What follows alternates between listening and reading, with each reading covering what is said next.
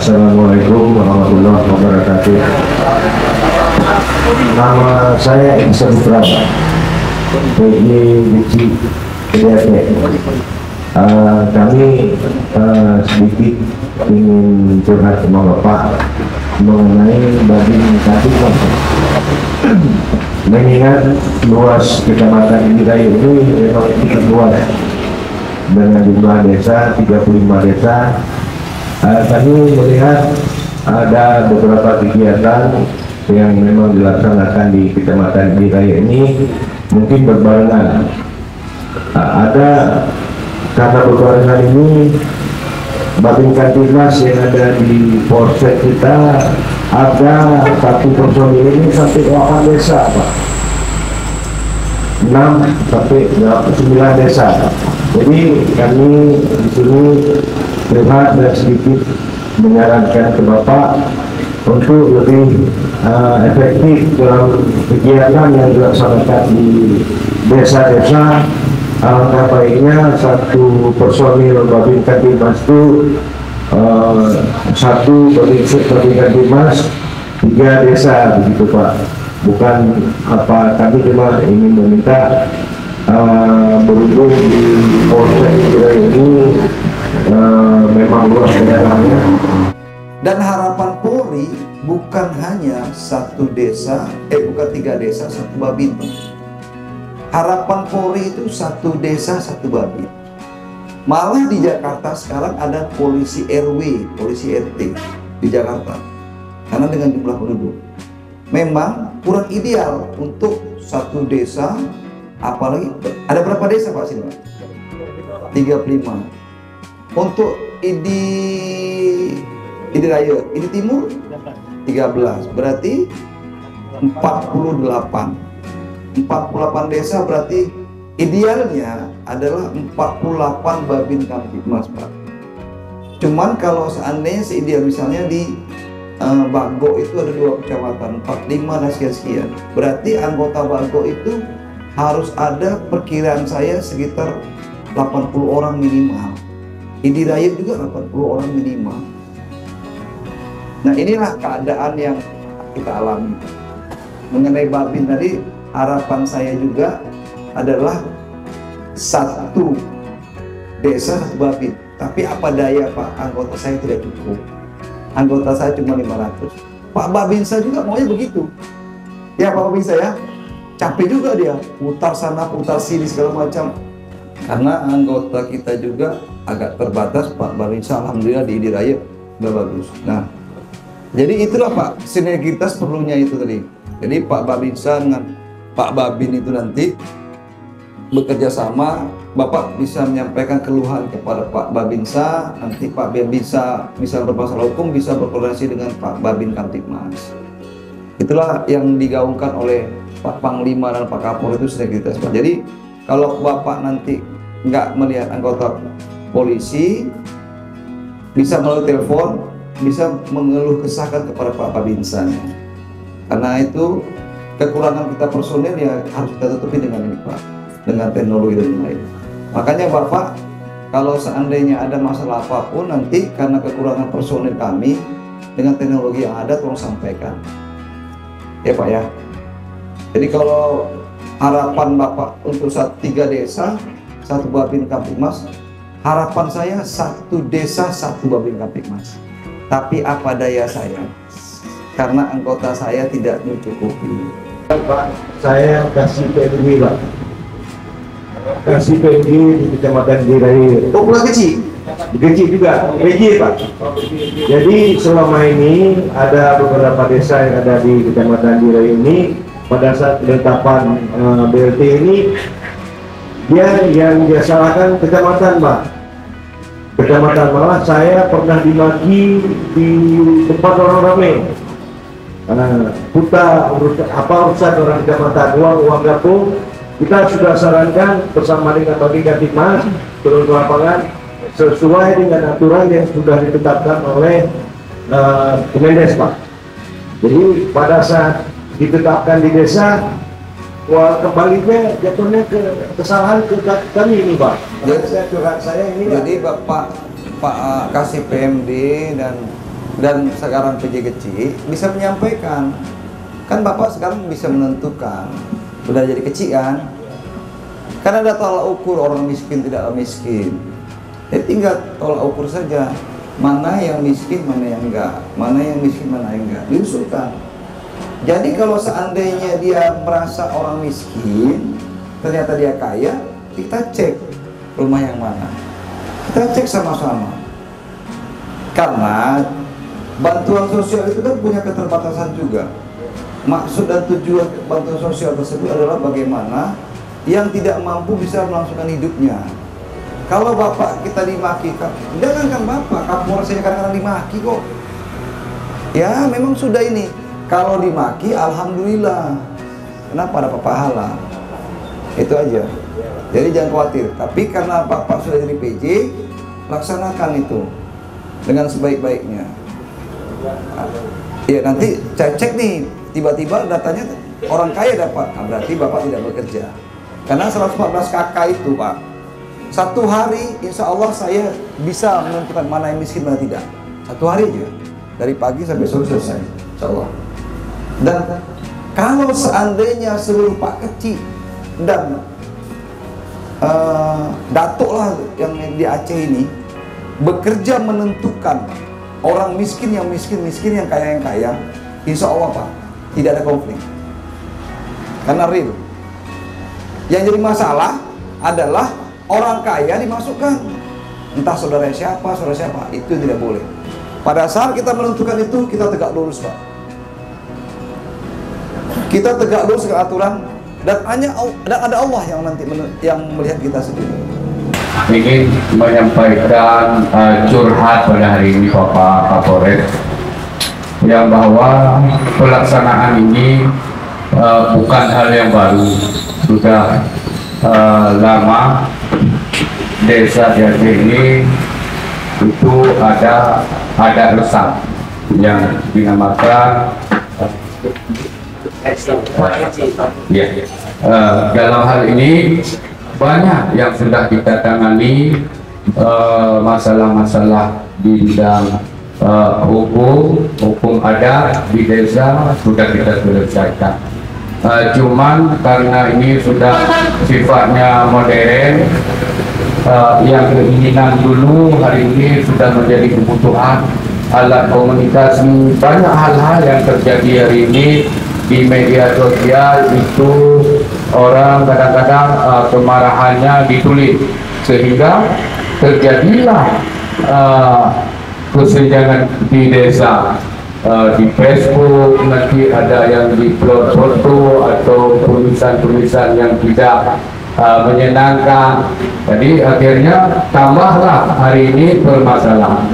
Dan juga di bidang sosial masyarakat, kebiasaan kami di desa dengan diketahui selalu mengambil kebijakan. Kadang-kadang itu harus ke ranah hukum, tapi karena kedua pihak ada kesepakatan, maka kami mengambil suatu kebijakan. Kadang-kadang Bapak ada pihak yang dianggap itu adalah tekanan dari kami, padahal kami juga tidak memiliki penjara Pak di desa.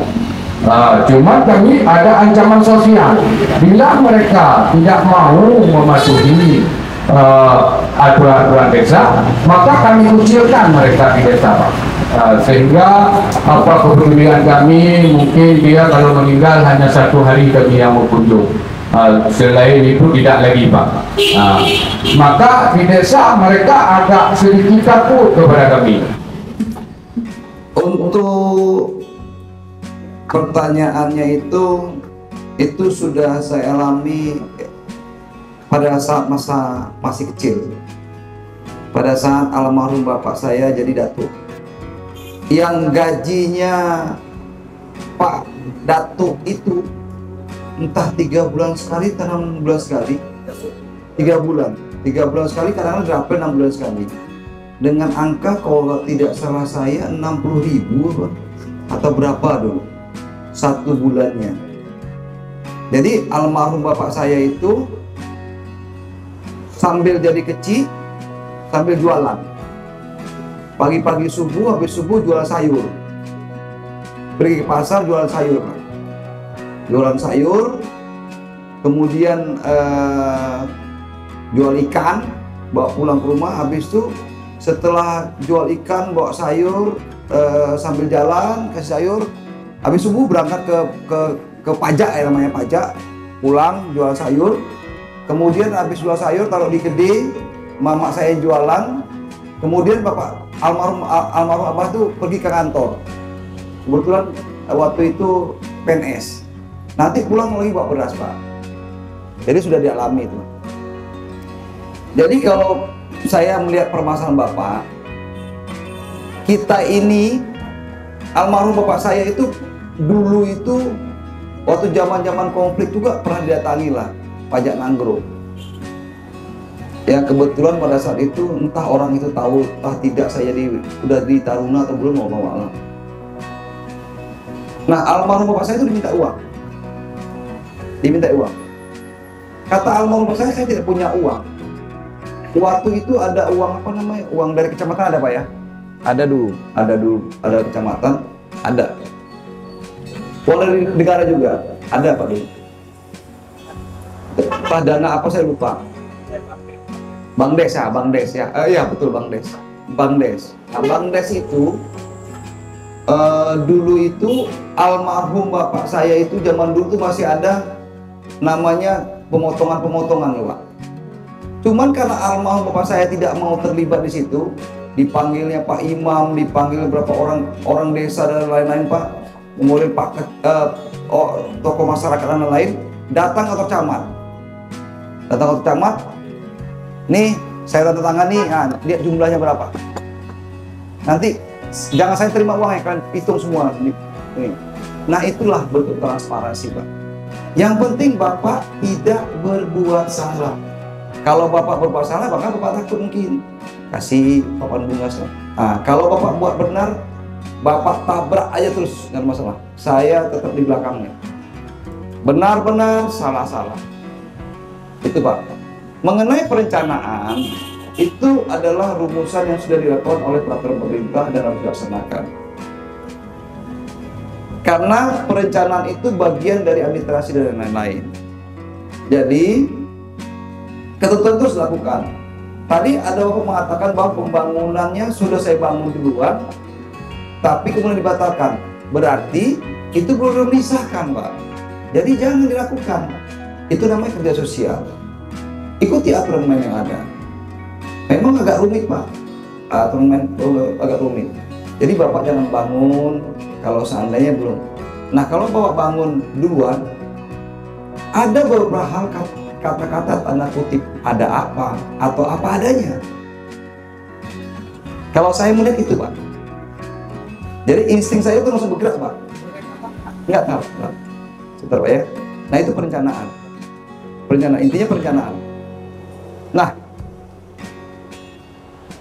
intinya pekerjaan itu harus sesuai aturan. Mengenai gaji sudah saya ceritakan waktu saya masih ini kecil, ini tugas sosial. Alhamdulillah sekarang sudah dikasih uang. Kemudian untuk pekerjaan itu sendiri harus mulai perencanaan. Pada saat perencanaan sudah ada, baru disahkan kemudian dilaksanakan. Tidak boleh pekerjaan itu dikerjakan dulu baru direncanakan. Tidak boleh. Itu hukumnya. Kemudian mengenai masalah papan bunga sudah saya jawab. Papan bunga lain, kalau bapak tidak punya kemampuan jangan terima. Saya khawatirnya biasanya ketakutan itu datang karena ada kesalahan mitra. Bapak bisa melakukan kesalahan administrasi, tapi bapak tidak merugikan keuangan negara, bapak tidak bisa dipidana.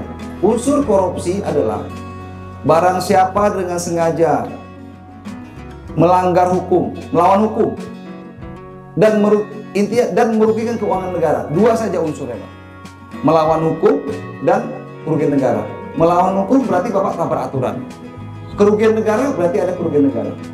Nah kalau ada melawan hukum tapi tidak ada kerugian negara, sifatnya administrasi. Biasanya tapi ada melawan hukum, ada kerugian negara. Itu masalah. Nah kalau bapak melawan hukum, tabrak kepentingan masyarakat, tapi tidak ada namanya kerugian negara, insya Allah tidak dipidana. Dan kami akan mendukung Bapak sepenuhnya. Akan saya hadapi semuanya. Kemudian yang berikutnya mengenai tadi ada yang dikucilkan di masyarakat. Itu kebijaksanaan di kampung. Itu saya tidak bisa mengintervensi apapun. Itu tergantung kebijakan di kampung supaya tujuannya kampung ini baik. Nggak ada masalah itu, Pak. Tapi selama tidak berpihak kepada satu orang pun, tidak melihat subjektivitas, artinya tidak melihat suka atau tidak suka. Memang fakta adanya. Masalah kita mau datangi orang tersebut atau tidak terserah, tidak ada masalah. Jadi Bapak silakan lanjutkan, tetapi dengan melihat secara, jangan ini keluarga saya, ini buat keluarga saya, jangan. Nah itu tidak boleh. Tapi harus konsekuen, Pak. Komitmen kita melaksanakan tugas itu nggak ada masalah, Pak. Bapak silakan, itu kebijaksanaan di kampung. Mengenai ada anggota Polri nanti yang mengintervensi, kasih tahu saya. Tidak boleh itu. Itu makanya ini Bapak curhat kepada saya nih. Kalau ada anggota Polri sebutkan namanya. Kalau insya Allah besok kalau dia mengintervensi yang tidak benar, ya insya Allah berhadapan dengan lapangan apel itu, Pak. Lapangan apel itu panjang. Jadi tidak boleh. Nah kalau anggota TNI nanti Bapak ngomong sama Pak Dandim, Pak Babinsa, Pak Dan Ramin. Tapi kalau anggota Polri, Pak, yang arogan terhadap Bapak karena kebijaksanaan kampung untuk kebaikan kampung, kasih tahu saya. Namanya siapa? Akan saya cari dan berhubungan dengan lapangan apel yang panjang itu, Pak. Karena saya tidak mau anggota saya mengintervensi anggota masyarakat. Arogansi masyarakat tidak mau. Kami boleh tegas tapi tidak boleh arogansi. Jadi Bapak jangan khawatir dengan anggota Polri, lapor saya. Bapak kan dekat tuh, atau ke rumah saya, Pak saya melapor anggota ini bermasalah. Nah itu Pak ya, untuk itu.